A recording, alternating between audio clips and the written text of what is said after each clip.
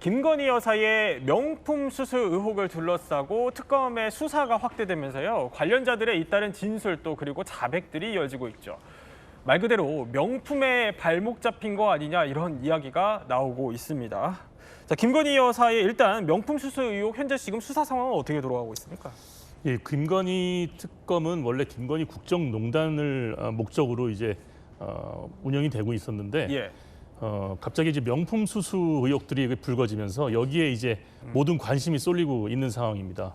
정리해서 말씀드리면 일단 김건희 씨 구속영장에 그 명품들, 즉 통일교가 줬다고 하는 목걸이 하나, 네. 그리고 샤넬백 2개가 등장하고요. 그리고 소환 조사 후에 이제 서희건설에서 자수서를 통해서 밝혀진 서희건설에서 줬다는 목걸이, 네. 브로치, 귀걸이가 등장합니다.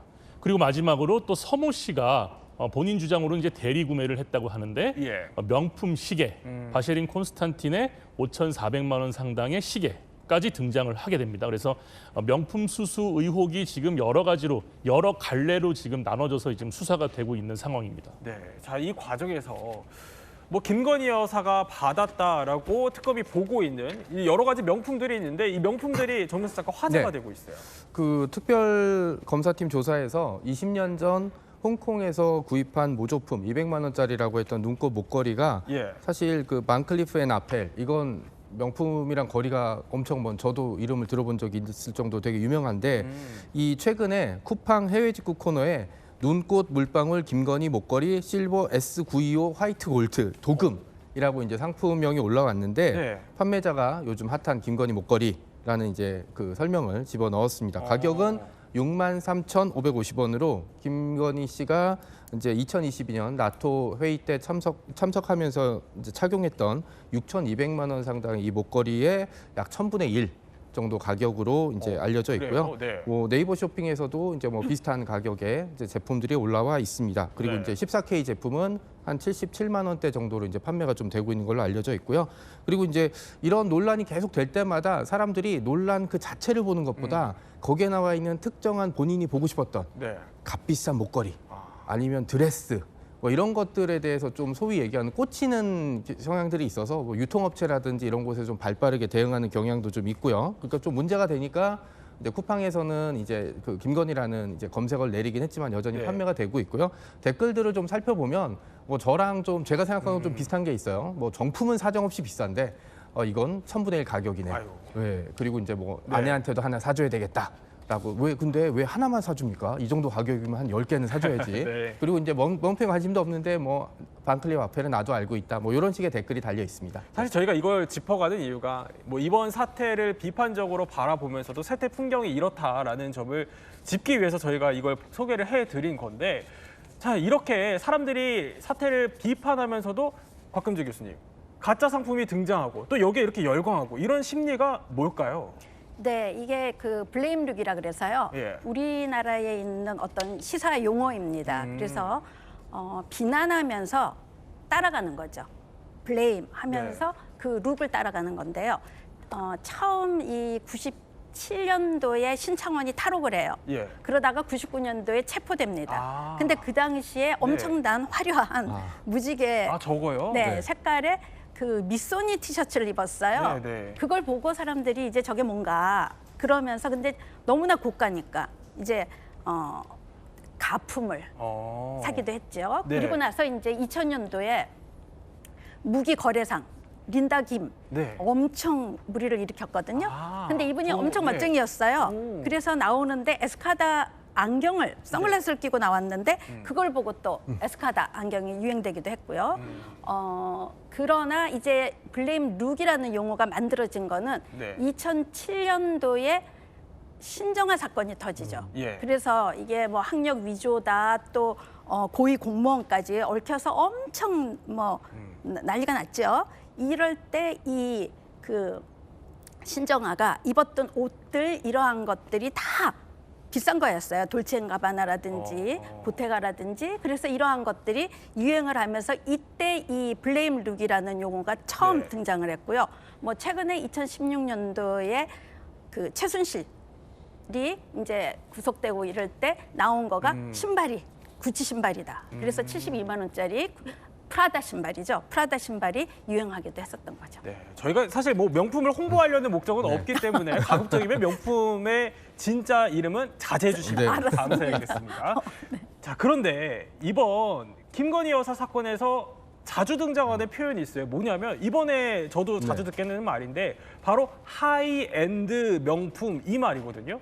그러니까 이게 사실 우리가 흔히 말하는 뭐 일반적이다라는 표현도 어울리지 않지만 그런 명품이랑은 좀 다른 거라고 해요. 그러니까 뭐 요약해서 얘기하자면 명품 위에 명품. 명품 위에 명품. 그러니까 명품이라는 게 사실 좀 범위가 넓어지고 회사에서 전략적으로 저가 라인을 만들 수가 있거든요. 네. 그러면 이제 서로 섞이게 돼서 고가의 라인을 샀던 사람들이 나 이렇게 섞이기 싫은데라는 그런 경향들이 있어요. 명품의 특징은 뭐냐면 예. 굉장히 희소하다는 거잖아요. 근데 이게 명품이 시간이 지날수록 많은 사람들이 가지고 있게 되면은 희소성도 떨어지고 내가 대중 속에 들어가는 느낌이라 사실 싫어하는 경향이 있어서 오. 이런 고가 위에 초고가 하이엔드 명품이라는 이제 새로운 신조어가 생겨났고 그리고 네. 여기에 맞춰서 가격도 뭐 어마어마하게 좀 비싼 이런 가격입니다. 뭐 아까 제품명을 이제 말씀하시지 말라 네, 그래서 네, 네. 방에 그다음에 이제 그 시계 3대 시계에 들어가는 명품 같은 경우는 대한제국의 순종 황제도 착용했을 정도로 굉장히 그래요? 오래된 이제 스위스의 명품 예. 시계 이런 거거든요. 이런 것들에 이제 고가 라인을 유지하면서 내가 가지고 남들은 가지고 있지 않지만 내가 가지고 있는 뭐 이런 것들에 대한 이제 수요들이 굉장히 좀 늘어나고 있고 이게 이제 앞으로도 하이엔드 명품도 이제 어느 순간에는 그냥 명품이 될 거고 네. 제 생각엔 그 위에 초하이 엔드 명품 뭐 이런 식으로 좀 나오지 않을까라는 사람의 욕망을 계속 자극하고 건드리고 그다음에 그걸 소유시키고 이제 이런 계속 반복되는 현상이라고 저는 생각하고 있습니다. 아, 네. 그렇군요. 그러니까 하이엔드 위에 또 하이엔드가 그렇죠. 나올 가능성도 있다. 네, 장담합니다. 네. 그런데요, 이 하이엔드 명품은요, 마케팅 전략부터 사실 철저히 차별화가 되어 있다고 합니다. 특히 아니 돈만으로는 또 살 수 없는 브랜드도 있다고 하는데요. 자, 방송인 장용란 씨가요. 한 가방을 사고 싶어서 매장을 찾았다고 합니다. 그래서 이 가방을 달라 이렇게 하니까 없다고 하고 아니 매장을 또 가득 채운 그 가방은 전시용이다라는 답이 돌아왔다라고 합니다. 아니 그러면 이거 어떻게 좀 해야지 살 수 있냐라고 물으니까 포인트를 쌓아야만 가능하다라는 답변을 받았다라고 하던데 아니 그러니까 내 돈을 쓰는데도 살 수가 없다는 거예요. 예, 아까 작가님 말씀하신 하이엔드 명품 예. 은 마케팅 전략 자체부터 조금 다릅니다. 그러니까 우리 일반 기업들이 제품을 팔기 위해서는 굉장히 마케팅을 적극적으로 하지 않습니까? 예. 근데 이런 하이엔드 명품들은 디마케팅이라고 해가지고 오히려 명품 그 노출을 줄이고 그 소비를 줄이는 전략을 오히려 사용하게 됩니다. 네. 그러니까 더 쉽게 말씀드리면 하이엔드 명품은 사실 일반 그 소비자들한테 접근성을 기준으로 그 네. 명품의 그 순위가 결정된다고 보시면 될 것 같은데 접근성 문제니까 사기 어려울수록 오히려 더 갈구를 하게 되고 예. 그럴수록 그 명품의 급이 더 높아진다. 이런 전략을 가지고 디마케팅 전략을 수행하는 건데요. 지금 방금 나온 이제 에르메스의 그 전략은 예. 이런 디마케팅의 일환인데 에르메스는 이제 많은 분들도 조금씩 아실 것 같아요. 이제 두 가지가 필요한데 네. 한 가지는 아까 나왔듯이 실적이 필수적입니다. 실적을 그 전에 팔리지 약간 인기 없는 제품들에 대한 구매 실적이 반드시 필요하고 예. 그렇더라도 또 산다고 해서 무제한 살 수 있는 것도 아닙니다.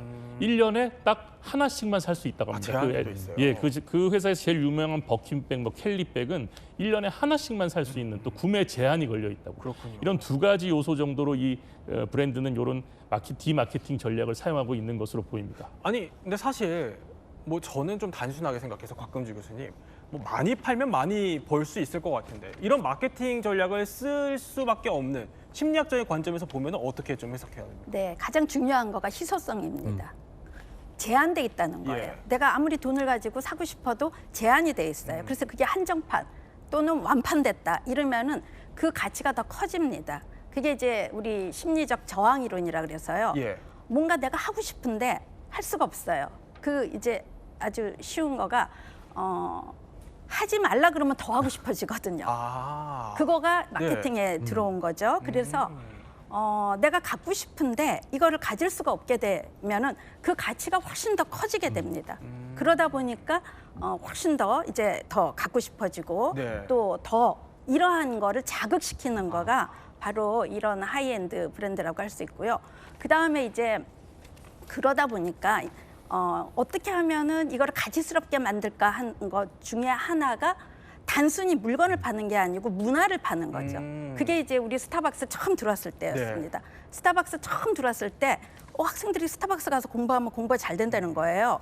그래서 왜 그러냐 그랬더니 여기 가면은 뭔가 내가 막 굉장히 바쁘게 급하게 일을 하는 것 같은 마치 뉴욕의 뉴요커가 출근을 하다가 급하게 보낼 메일이 있다. 그러면 거기 들어가서 이메일을 체크하고 보내고 또 가는 그러한 그 어떤 내가 뉴요커가 된 것 같은 그러한 문화를 거기서 누릴 수가 있는 거거든요. 그러다 보니까 이러한 전략을 쓰게 되는 거고요.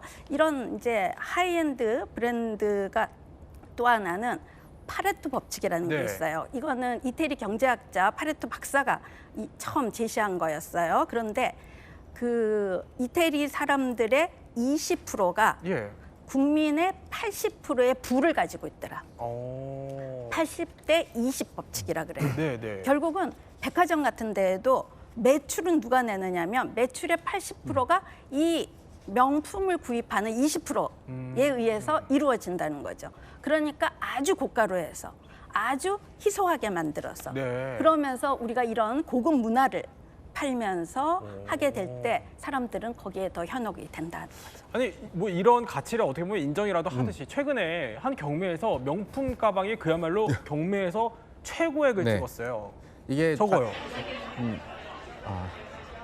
저게 이제 소도비 경매에서 이제 낙찰된 제인 버킨의 버킨백이었는데 저게 약 하나로 130억 원 이상의 가격으로 낙찰이 됐으니까 130억. 핸드백을 들고 다니면 강남의 빌딩 한 채를 들고 다니는 이 정도가 되는 거죠. 근데 이게 이 가격이 나왔던 이유가 뭐냐면 이런 좀 아까 얘기했던 문화적인 사연이 있는 게 제인 버킨이라는 배우가 비행기에서 그 에르메스 CEO한테 요런 핸드백 안 만들어요?라고 해서 이제 만들어준 게 이제 이 버킨백이었고 이 버킨백이 그런 사연을 가지고 있고 첫 번째 만든 백이었거든요. 실제로 제인 버킨이 가지고 있던 거였기 때문에 그런 사연이 더해지면서 이제 그 130억 원 이상이라는 이제 가격이 매겨진 거죠. 정말 듣기만 해도 어떻게 보면 헉 소리가 나는 뭐 저희한테는 사실 딴 세상 이야기 같기는 합니다. 그런데 사실 명품이라고 하면은 우리가 뭐 사치품쯤으로 생각을 하지만요. 이게 권력, 뭐 이런 인간의 욕심과 함께 만나면 전혀 또 다른 용도로 사용되기도 한다고 합니다. 그래서 저희가 준비해봤습니다. 이름하여 명품의 또 다른 얼굴입니다. 그 첫 번째 바로 뭘까요? 뇌물입니다. 그러니까 말 그대로 해석을 하자면 명품이 뇌물로 둔갑을 했다 이런 얘기인데 많은 분들이 아마 이걸 떠올리실 것 같아요. 1999년에 온로비 사건 이게 있었는데 일단 이 사건이 어떤 사건이었는지부터 짚어볼까요? 그때 우리 그 97년에 IMF 사태 이후에 국민들이 모두 시리에 빠져 있을 때 아주 대형 정치 사법 스캔들이 터집니다. 그게 말씀하신 일명 온로비 사건인데요. 이 사건 간단히 살펴보면 1999년도에 신동아 최순영 회장이 이제 검찰 수사를 받고 구속되는 사태에 처해지게 됩니다. 그래서 그 최순영 회장의 부인인 이영자 씨가 그 관련돼 있던 뭐 김태정 그 당시 검찰총장이라든지 고위직 공무원들 부인들에게 옷을 줬다. 이런 사건으로 인해서 일명 온로비 사건으로 불렸고요. 이 사건이 터진 이후에 청문회도 국회에서 열렸는데 나아가서 맞습니다. 당시에 청문회도 열렸고 그 청문회에서도 밝혀진 게 없다 보니까 최초의 특검도 이 당시에 특검이 이때 생겼군요. 이 특검이 이때 처음으로 열려서 특검이 수사를 했는데 수사 결과가 좀 모든 국민들이 좀 납득하기 어려운 허무한 결과가 나왔습니다. 수사 결과는 이렇게 나왔습니다. 그냥 실패한 로비다. 근데 저는 여기서 이해할 수가 없는 게 이게 뇌물죄나 알선수재는 약속만 해도 범죄가 성립이 되거든요. 그런데 이 당시에는 그 옷이 실제로 건너간 것이 아니고 그냥 이 이영자 씨가 옷 대금 지급을 거부한 그냥 자작극에 해당한다. 이런 수사 결과가 나왔었거든요. 그래서 지금 역사적으로는 이 특검이 좀 실패한 특검으로 지금 비춰지고 있는데 온로비 사건은 이렇게 수사 초기 단계부터 그 부당하게 이제 뇌물을 사용해서 그 구명을 한 그런 사건으로 보시면 되겠습니다. 아니 그러면 우리가 명품 얘기를 하니까 네. 또 안 짚을 수가 없어요. 당시에 어떤 명품들이 오르고 내렸었어요? 그러니까 저도 그 청문회를 봤던 기억이 나는데 예. 가격이 너무 후덜덜해서 이제 그때 기억을 좀 되새겨 보면 그때 나왔던 가격이 호피무늬 반코트가 700만 원, 그리고 오. 투피스가 80만 원, 블라우스가 40만 원, 재킷도 40만 원. 참고로 지금이 아니라 99년도고 네. 제가 저때 이제 직장 생활했던 샐러리맨이었는데 어. 제 월급이 보너스가 안 나오면 100만 원 왔다 갔다 할 때였거든요. 아, 그래요? 그러니까 지금 가격으로 생각하시면 안 될 그런 얘기고 네. 그리고 이제 여기서 또 한 명의 인물이 등장하는 게 바로 이제 패션 디자이너 이제 오. 앙드레 김 선생님이고 네. 저도 그때 실물은 처음 이제 만났던 기억이 나는데 엄청난 이제 패션 기업으로서 이제 큰 이제 그 명성을 떨치고 있었고 이분한테 이제 옷을 이제 살려고 했다가 중간에 이제 문제가 생겼다라는 식의 이제 그 뉴스를 본 적이 있었는데 그 제가 이제 생각했던 거는 최대 피해자이시기도 한 것 같아요. 앙드레 김 씨가. 왜냐하면 사람들이 다른 분은 기억을 못하고 네. 앙드레 김 씨만 기억하고 본의 아니게 앙드레 김 씨 본명이 여기서 폭로가 돼요. 아 그랬어요? 예, 앙드레. 왜냐하면 이제 네. 본명이 나와야 되니까. 그래서 저는 평생 앙 씨나 앙드레 씨인 줄 알았는데 이제 본명이 나와버리는 바람에 되게 그때 그 앙드레 김 선생님께서 되게 난감해하셨던 표정이 나서 꼭 저분이 죄인인가라는 그런 생각도 이제 들은 적이 좀 그냥 있었습니다. 참고인이셨던 거예요. 맞습니다. 네. 아이고, 그러니까 당시 신문 기사까지 저희가 쭉 짚어봤어요. 네, 두 번째, 그럼 명품이 갖고 있는 또 다른 얼굴이 뭘까요? 두 번째 얼굴은 은닉과 탈세의 수단이 된다는 겁니다. 그러니까 명품이 은닉, 탈세 이 수단으로 둔갑을 한다는 건데요. 일단 영상이 하나 준비되어 있습니다. 프랑스의 고가 브랜드 까르띠에가 파리 한 지역으로 가게를 옮긴 지 100주년이 되는 걸 기념하기 위해 만든 시계. 12대신 13이란 숫자가 새겨져 있고 전 세계에서 200개만 한정 생산된 희귀한 시계입니다. 이 200개 중 4개를 전두환 전 대통령이 갖고 있었습니다.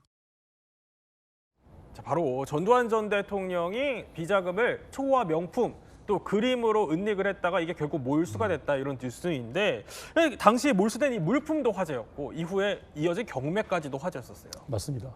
아까 말씀하신 것처럼 그 보석류 네. 그리고 미술품 두 가지 부류로 이제 분류해 볼 수 있는데 저도 이거 이제 보면서 이 동남아 얘기인가 처음엔 그렇게 생각을 했거든요. 근데 보석이 네. 다이아몬드, 루비, 사파이어 이런 보석을 전부 모아서 108점이 발견됐다고 합니다. 108점. 예. 굉장한데 거기에 덧붙여서 또 까르띠에라는 브랜드의 100주년 한정 시계가 네. 한 점도 아니고 4점이나 또 발견이 된 거죠. 저렇게요. 예, 그래서 그런 보석류는 그렇게 보고 미술품이 또 이제 이게 아주 충격적입니다. 네. 우리나라 이제 대표적인 근현대 미술의 대가라고 하는 뭐 이중섭, 박수근 이런 대가의 미술품들이 예. 대량으로 발견이 된 거죠. 그래서 이 보석은 공매를 통해서 네. 그리고 미술품은 경매로 통해서 강제로 이제 매각이 되게 되는데 여기에 대한 가격도 굉장히 고가입니다. 이 보석류도 이걸 전부 다 이제 공매를 해서 공매는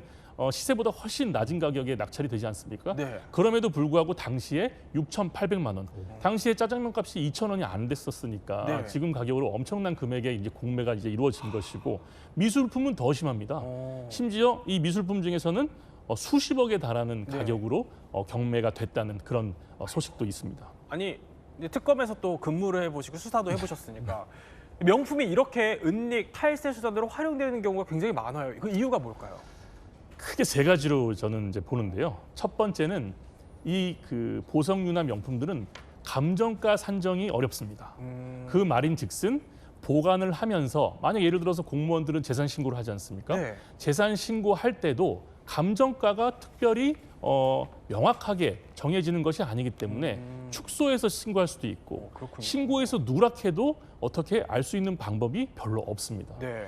두 번째는 현금화가 또 용이합니다. 급한 경우에는 이런 하이엔드 명품들은 환급성이 좋기 때문에 네. 시장에 팔면은 얼마든지 금방 현금으로 만들 수 있기 때문에 그 활용이 더 되는 것이고요. 마지막으로 이것이 제일 중요한데 보관이랑 은닉이 용이하다. 그래요? 예.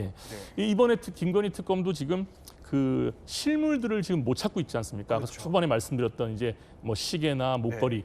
실물 찾은 게 준 사람이 반납한 서희건설에서 반납한 물건밖에 못 찾고 지금 실물을 못 찾고 있는 상태 아니겠습니까? 네. 그 말인즉슨 그만큼 보관하고 숨겨놓기가 편하다. 우리가 부동산이나 현금은 뭐 예를 들어서 은행의 입출금 내역이나 부동산은 다 우리가 등기로 다 파악이 되지 않습니까? 네. 따라서 그것을 범죄에 사용하거나 범죄가 아니더라도 자녀에게 증여하거나 상속하거나 이런 경우에는 이렇게 보관하거나 은닉이 용이하기 때문에 네. 가장 크게 활용되는 측면이 있는 것 같습니다. 뭐 김건희 여사 사례는 이제 수사가 진행 중이기 때문에 그 행방은 더 지켜봐야겠지만요. 자, 명품의 또 다른 이면이 있습니다. 바로 마지막은요, 뭐냐면 탐욕의 대상이라는 겁니다. 이거 어떤 의미입니까, 곽 교수님? 네. 이 명품을 든다는 거는요, 네. 인간이 가지고 있는 기본적인 욕구를 충족을 시켜줘요. 왜냐하면은 이걸 들었을 때, 야, 너 그거 알아보는구나. 그렇게 네. 돈이 많구나 하는 인정 욕구를 충족하게 되죠. 그리고 또 이렇게 되다 보니까 과시 욕구도 충족이 되게 되고요. 네. 그 다음에 만족감이라든지 자존감이라든지 이런 것들이 다 만족이 되거든요. 그러니까 욕구는 우리가 충족하고 싶어지니까 점차적으로 여기에 탐하게 되는 거죠. 네. 그러니까 명품은 바로 탐욕의 대상이다라고 할 수 있는 거죠. 어떻게 보면 뭐 끝없이 비교를 하게 되는 수단인 것 같기도 한데 사실 이렇게 사치 얘기를 하면요, 그 끝판왕이 있습니다. 늘 회자되는 인물이 있는데 영상을 한번 보시죠. When I became First Lady, it became demanding for me. I have to dress up and make myself more beautiful. Because the poor always looks for a star in the dark of the night. 자, 바로 필리핀의 전 퍼스트 레이디 이멜다 마르코스 얘기입니다. 이멜다 사실 탐욕하면은 어떻게 보면 굉장히 유명한 인물로 통하는데 이 사람이 사치했던 그 사치품들 중에 아니 구두만을 전시하는 박물관까지 세워졌을 정도예요. 네, 맞습니다. 그 필리핀의 마리키나시에 있는 박물관인데요. 저기라고 하네요. 네, 네. 그냥 원래는 박물관이었던 신발을 보관하는 전시하는 박물관이었는데 예. 이멜다의 구두가 대량으로 이제 전시가 되면서 그냥 사람들은 그냥 이멜다 마르코스 신발 박물관 이렇게 이제 부르고 있습니다. 저도 어릴 때가 아니라 젊었을 때네. 젊었을 때 네. 필리핀에서 이제 혁명이 일어나서 이제 쫓겨나는 과정 그리고 이후에 수천 켤레 구두라고 해서 저는 잘 이해가 안 됐거든요. 네. 신발은 2켤레면 되는 거죠. 그래서 집에서 신는 거, 그렇죠. 밖에서 신는 거. 네. 집 밖에서 신는 거, 학교에서 신는 실내화. 이 정도면 됐는데 저걸 네. 왜 어떻게 다 신지?라는 생각을 좀 했었는데 여기서 좀 중요한 얘기를 해요. 이멜다 마르코스가 우리는 모두 마음속에 나와 비슷한 구두 욕심을 가지고 있다라는 얘기를 했는데 제가 심리학 전공은 아니지만 심리학적으로 보면은 모든 사람한테 덤태기를 씌우는 거죠. 네. 그러니까 아이고. 나만 그런 게 아니라 너도 네. 기회가 되면 이런 짓을 저지를 거야. 그러니까 나한테 너무 욕하지 말고 자 신발 구경해. 나의 꿈이었어. 라는 식으로 이제 하는 얘기라서 그 얘기들을 보면서 그리고 이제 필리핀은 좀 불행이라고 해야 되나 지점이 결국은 그 아들이 지금 대통령이잖아요. 그런 지점들이 이제 결국 부의 그 순환 뭐 그런 것들을 좀 비교해서 볼 수 있는 좀 안타까운 지점들이고 그러니까 당사자는 내 아들이 다시 대통령이 됐으니까 이 사치품들을 조금 미안해하거나 뭐 용서를 비는 의미로 보는 게 아니라 나의 빛나는 과거로 생각할 거 아니에요. 그게 이제 예. 어떻게 보면은 명품의 비극이라고 생각합니다. 아니 그런데 신발이 저렇게나 많다니. 뭐 발이나 손이 수천 개가 있는 것도 아닌데 저렇게까지 필요한가 싶기도 해요. 근데 끝없이 저렇게 수집하는 건 어떤 심리예요? 네, 바로 수집 중독, 소비 중독입니다. 인간에게는 쾌감을 주는 거는 뭐든지 다 중독되게 돼 있거든요. 네. 이걸 구입을 하면서 오게 되는 기쁨이라든지 만족감, 쾌감 이러한 것들을 느끼게 되면 계속 수집하게 되는 거죠. 그러면 자, 이 이멜다의 명품들 결국에 이게 어떻게 좀 처리가 됐죠? 탐욕의 끝은 파멸 이렇게 해야 해피엔딩이지 않겠습니까? 다행히 그래서 필리핀 네. 법원에서 이게 부당하게 축적된 재산이다. 그래서 국가 소유로 이렇게 됐는데요. 여기서 또 반전이 그래요? 있습니다. 아까 네. 작가님 말씀하신 것처럼 이멜다의 아들이 대통령이 또 돼버렸어요. 그래서 이 명품을 국가 소유로 하긴 했는데 네. 여전히 이멜다의 통치하에 있다, 여전히? 관리하에 있다 이렇게 보시는 게 맞을 것 같습니다. 그렇군요. 자, 그런데 지금은 이렇게 뭐 아까 저희가 잠깐 하이엔드 명품 얘기를 네. 해봤어요. 명품 위에 또 명품이라는 건데 이런 게 시대에 따라서 명품의 모습은 조금씩 변해왔다면서요. 그러니까 산업혁명 이전에 이제 명품들은 뭐냐면 이제 후추, 그다음에 향신료 같은 것들이었죠. 왜냐하면 이제 음식을 부패하는 걸 막고 그다음에 이런 냄새들을 통해서 지금처럼 이제 사료를 통해서 먹이는 게 아니기 때문에 고기에 냄새가 좀 심했거든요. 그렇군요. 그러니까 향신료를 많이 잔뜩 뿌릴 수 있으면 부자다라는 네. 그런 이미지가 있었고 그다음에 이제 뭐 왕관에 들어갈 보석 뭐 이런 것들이 이제 명품이었다면 산업혁명 이후 그리고 이제 19세기에 접어들면서 우리가 아는 그 브랜드 뭐 에르 뭐 이런 브랜드들이 나오면서 이제 했고 결정적인 거는 저는 이제 코코 샤넬이라고 보고 있거든요. 샤넬이라는 인물이 이제 2차 대전 이후에 미국에 네. 이제 본격적으로 진출하면서 이제 우리가 아는 그 명품의 세계가 이제 펼쳐졌다고 보시면 될 것 같습니다. 네. 자, 우리가 이렇게 쭉 명품 얘기를 해봤습니다. 곽 교수님, 지금 이 시대를 사는 우리는 이 명품이라는 거를 어떻게 바라보는 게 바람직할까요? 네, 명품이라고 하는 거는 그 상품뿐만 아니고 예. 거기에 걸친 어떤 전통이라든지 예술이라든지 역사라든지 이러한 거가 다 녹여져 있습니다. 그래서 무조건 나쁘다고 뭐 잘못됐다고 보기보다 자기 소비에 맞춰서 내가 정말 이 가치를 사겠다 네. 이렇게 생각이 들 때에 하나 정도 또 내가 원하는 브랜드를 구입하는 것은 상관이 없을 것 같아요. 또 하나 이렇게 외국 브랜드 말고 우리나라에서도 정말 역사와 전통과 예술을 가지고 있는 그런 명품을 좀 만들어내면 어떨까. 이렇게 명품을 좋아하는 나라가 명품 만들어내는 국가로 가면 어떨까 하는 생각이 들어요. 네, 세 분과 함께 하이엔드 명품의 세계에 대해서 한번 몰랐던 이야기 살펴봤습니다.